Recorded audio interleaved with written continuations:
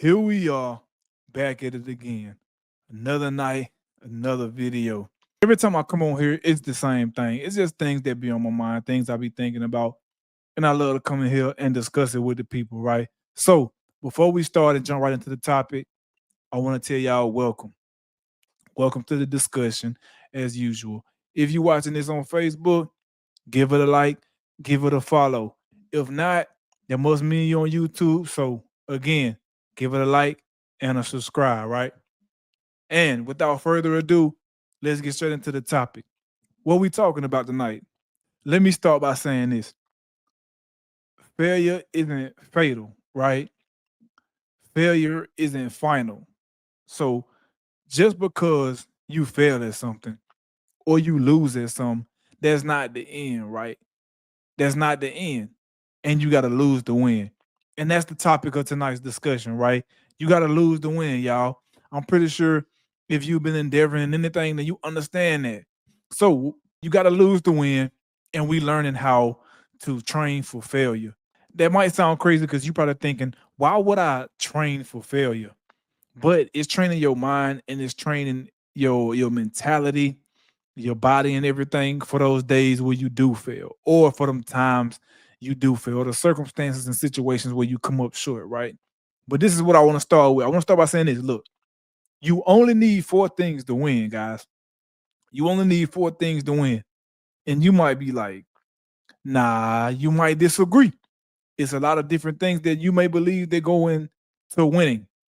But outside of all the different intricacies, you know, just keeping it on something general, I'm gonna say this: you only need four things to win, and number one out of those four things is relationships. So the bonds you create with people, the strong rapport you build with others, the favors and proportion of your network is in, or whatever your network is and how big the size of your network. That's all that matters. The favors and portions your network is in or able to be placed in. All of that goes into relationships. Number two, equipping. What that means is you surround yourself with people who are on the same path as you or who have already achieved what you want and are willing to help you get there. Number three is your attitude. Let's go back. Y'all know I love my cliche sayings, but attitude is altitude, right? So your behavior, your mindset, how you approach things, how you respond and react is going to determine how high you go in life. That's just what it is. PMA, everybody loves a positive mental attitude. So you approach the day-to-day life, your attitude. And number four is leadership, personal effectiveness. Again, shout out John C. Maxwell. He talks about it all the time, and he made a great point in saying that everything rises and falls on leadership, right? And you can only go as high as your ability to lead will let you. So the more you increase your leadership, the higher you can go, if that makes sense. Let's look at it a little deeper, right? The root of achievement when we're talking about winning. The root of achievement is the opportunity is in the eye of the beholder, the perception and the response to failure. Now, when I say it's in the eye of the beholder, some people only see certain opportunities. But if you like me and if you have a mentality like mine, sometimes you can find an opportunity in anything and anywhere. And that's how I am a lot of times.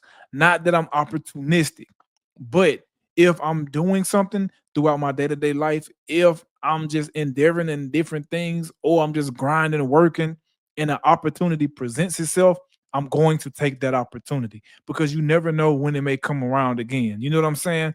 And we can see this a lot of times in sports. We can see this a lot of times in business. I'll give y'all a quick sports breakdown. Just say if I play football and I'm on defense, right? I play cornerback. Just say I'm backpedaling, I'm backpedaling, I'm backpedaling. I see the quarterback looking deep, but if I keep going deep, I still got a safety and I got that dude running that stop route. The quarterback eyeing the stop right now, and I see him pull his arm back and get ready to throw it. That's an opportunity to present itself. You still doing your job. You still mindful of what's going on the play and everything like that. But you see that opportunity of that quarterback raising his arm and he released the ball to that stop route. The opportunity for you now is to break. This could be a pick six. This could be a huge pass breakup to save the game. This could be a turnover. This could lead to a lot of different things, right? But you see in this opportunity is nobody in front. So if I break on this route and I catch this ball, I'm in the end zone. You do it, you catch it, interception, you run all the way into the end zone, and it's a touchdown. You got an interception, a turnover, and you put points on the board for your team. That's what I mean by taking advantage of opportunity, right? Not being opportunistic, but taking advantage of an opportunity. So I also want to say there are many ways to win, but the only way to lose is to give up. And that's been a big thing for me lately. Like I always look at it like sometimes I set goals for myself, and though I may not reach this goal all the time, I still take it upon myself to keep striving and keep going at it because I know that failure is not fatal, right? It's not the end. And so, like, you know what I'm saying? It's always, well, not always, but we'll put it like this: trouble don't last always, right?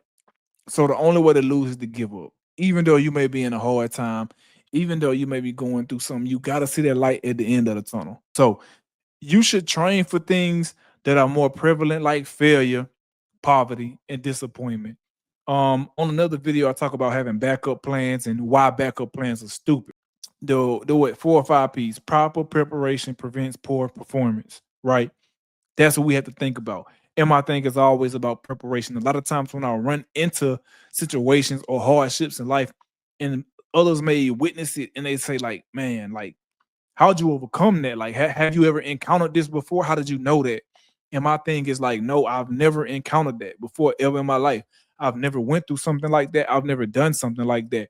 But I can tell you on my own time, in my spare time, these are the situations I prepare for.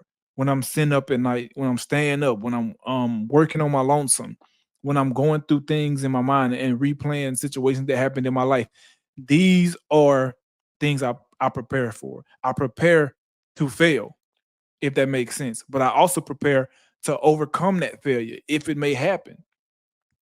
I prepare for, not poverty, but I prepare for those days where, like, now you have a government shutdown, you missing a big check, and some people like me, we getting our credit right, right? You trying to pay off those last little bills or pay off those last little things, or that little savings that you get from your free check. You want to put that away and you want to put it into your savings, or maybe you want to get ahead on bills. Now you can't really get ahead, or you can't knock this thing out in a timely manner because you're missing that check. But I prepare for things like this, right? Have an emergency fund, have 6 to 12 months of saving, have this rainy day account, right? Having a cash reserve, having things like that. I prepare for these things, right? And disappointment. Um, yeah, that's just life, and that's how it go. You're gonna always get disappointed. Everybody, I venture to say everybody. People might have an exception in their life, but I'm gonna tell you like this: everybody gonna disappoint you. Every single person on this planet is gonna disappoint you. I haven't met one yet that didn't, but it's not no flaw to them. It's not no knock to them. It's how it happens sometimes in life. We have expectations of certain people that necessarily may not be realistic. So in just our daily encounters, you're going to be disappointed from some things, even if it's not something catastrophic or it's not something totally big. It may be you relying on this person to show up here at a certain time and they 5 minutes late. That's a disappointment, right? Um, you're engaging in a physical activity and this person doesn't come through for you, right? That might be disappointing if you take it very serious. Just different little things like that, man. Like everybody's going to disappoint you at some point. Just prepare for it, right? Prepare your mentality and your mental for it. Now, here's what I'm gonna say. One of the most difficult things I've noticed about life is failing alone. That sucks. And I'm telling you this from somebody who loves their seclusion, somebody who's very much introverted, somebody who loves their alone time, right? I'm a people person, right? I like to be around people. I like to converse, not so much as small talk, but I like to talk to people, right? I like being around people, learning about different cultures and traditions and things like that. But I like my seclusion. But something that's difficult in life is when you fail and you have nobody there. It's better that way because not everybody's there to see your failure. That's a great thing about us as normal, everyday, average people, right? Um, you can start a business, and because you're not Amazon, because you're not Facebook, because you're not any of these big things, the NFL, you're not Caterpillar, Mercedes. When you fail, nobody sees it, nobody knows. It's okay. When you're at this level of visibility, it's okay to fail because nobody sees you fail. Right? Like it's all right, man.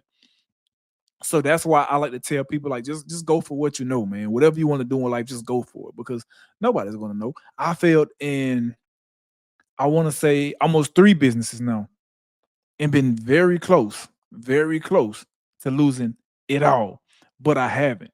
But none of y'all would know that if I didn't tell you, right?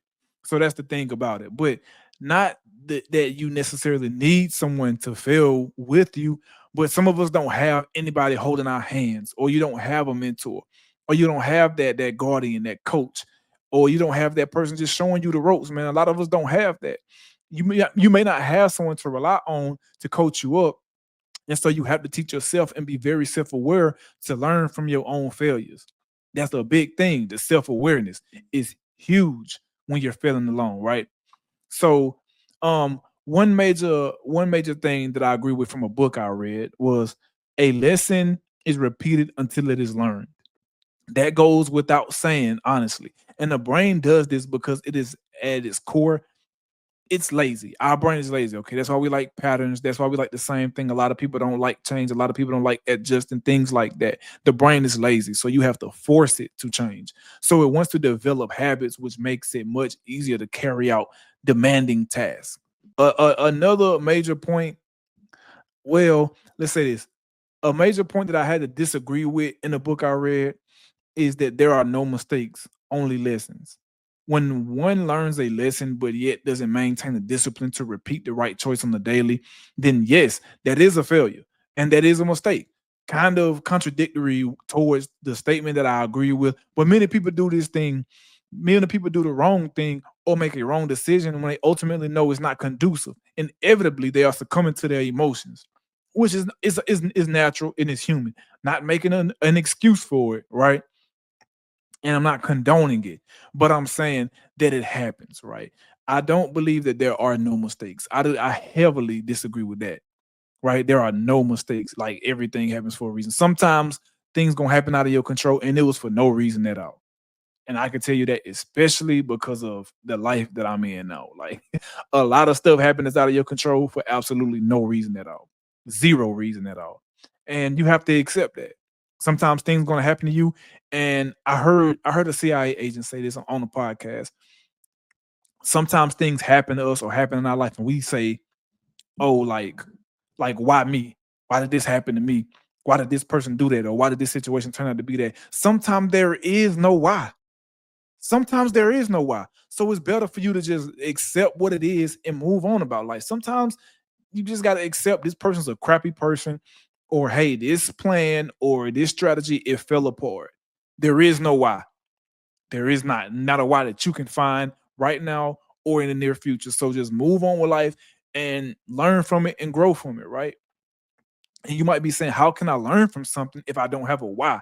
Well, just look at everything leading up to it. Look at how you, more importantly, look how you responded and reacting, or how you planned in that moment that led to that certain thing falling apart. And just, try to do better next time, right? If you don't believe this, believe it. Failure is a process. Failure in a process means you neglected the preparation leading up to the event in which you failed. This is why you have to enjoy the journey, and you must fully engulf yourself in the process, because who knows how long it may take to develop the success you desire to be.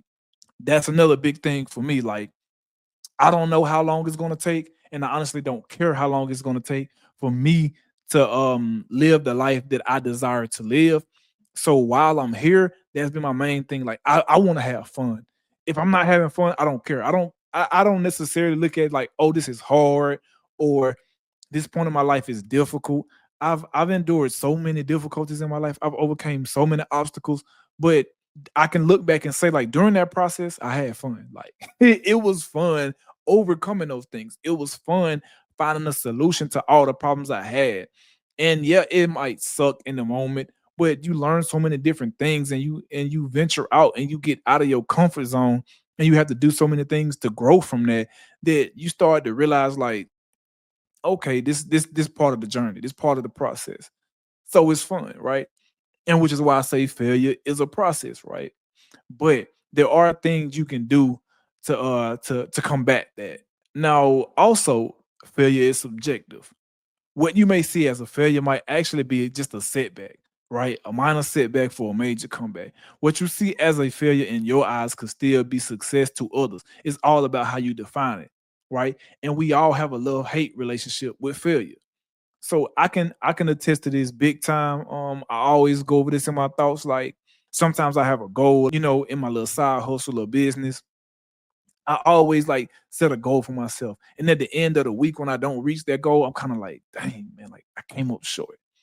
Like it had to be something more. I could have did some more studying, some more preparing I could have done.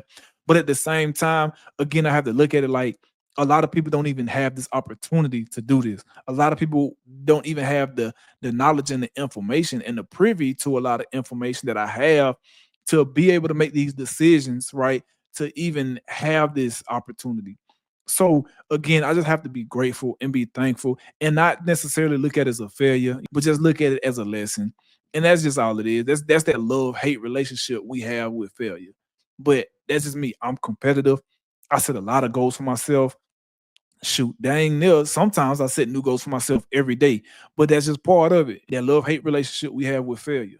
So, in conclusion, that's all that I wanted to talk about today. Like I said, another brief conversation. Something I just wanted to bring to y'all that was quick, that was simple, something I could gauge your mind with, engage with you and pick your brain and know your thoughts. What do y'all think, man? Do you think that we have to lose to win? Do you think that it's certain things you have to go through in life in order to learn the lessons to get you where you need to be or get you to that next level? I don't know, man. Like, I want to hear y'all thoughts. What do y'all think? Me personally, yeah, you got to lose to win sometimes. But I often used to say too, like that's what wisdom is. Sometimes wisdom is learning from other people's mistakes. So you can look at all the things that some others have done wrong and you can pick up from that and you can learn how to not make those same mistakes and you can maybe go further or you can go faster if that makes sense. But that's just me. Again, let me know what y'all think, man. Drop your thoughts below down in the comments and I have nothing more for y'all tonight. I'm out.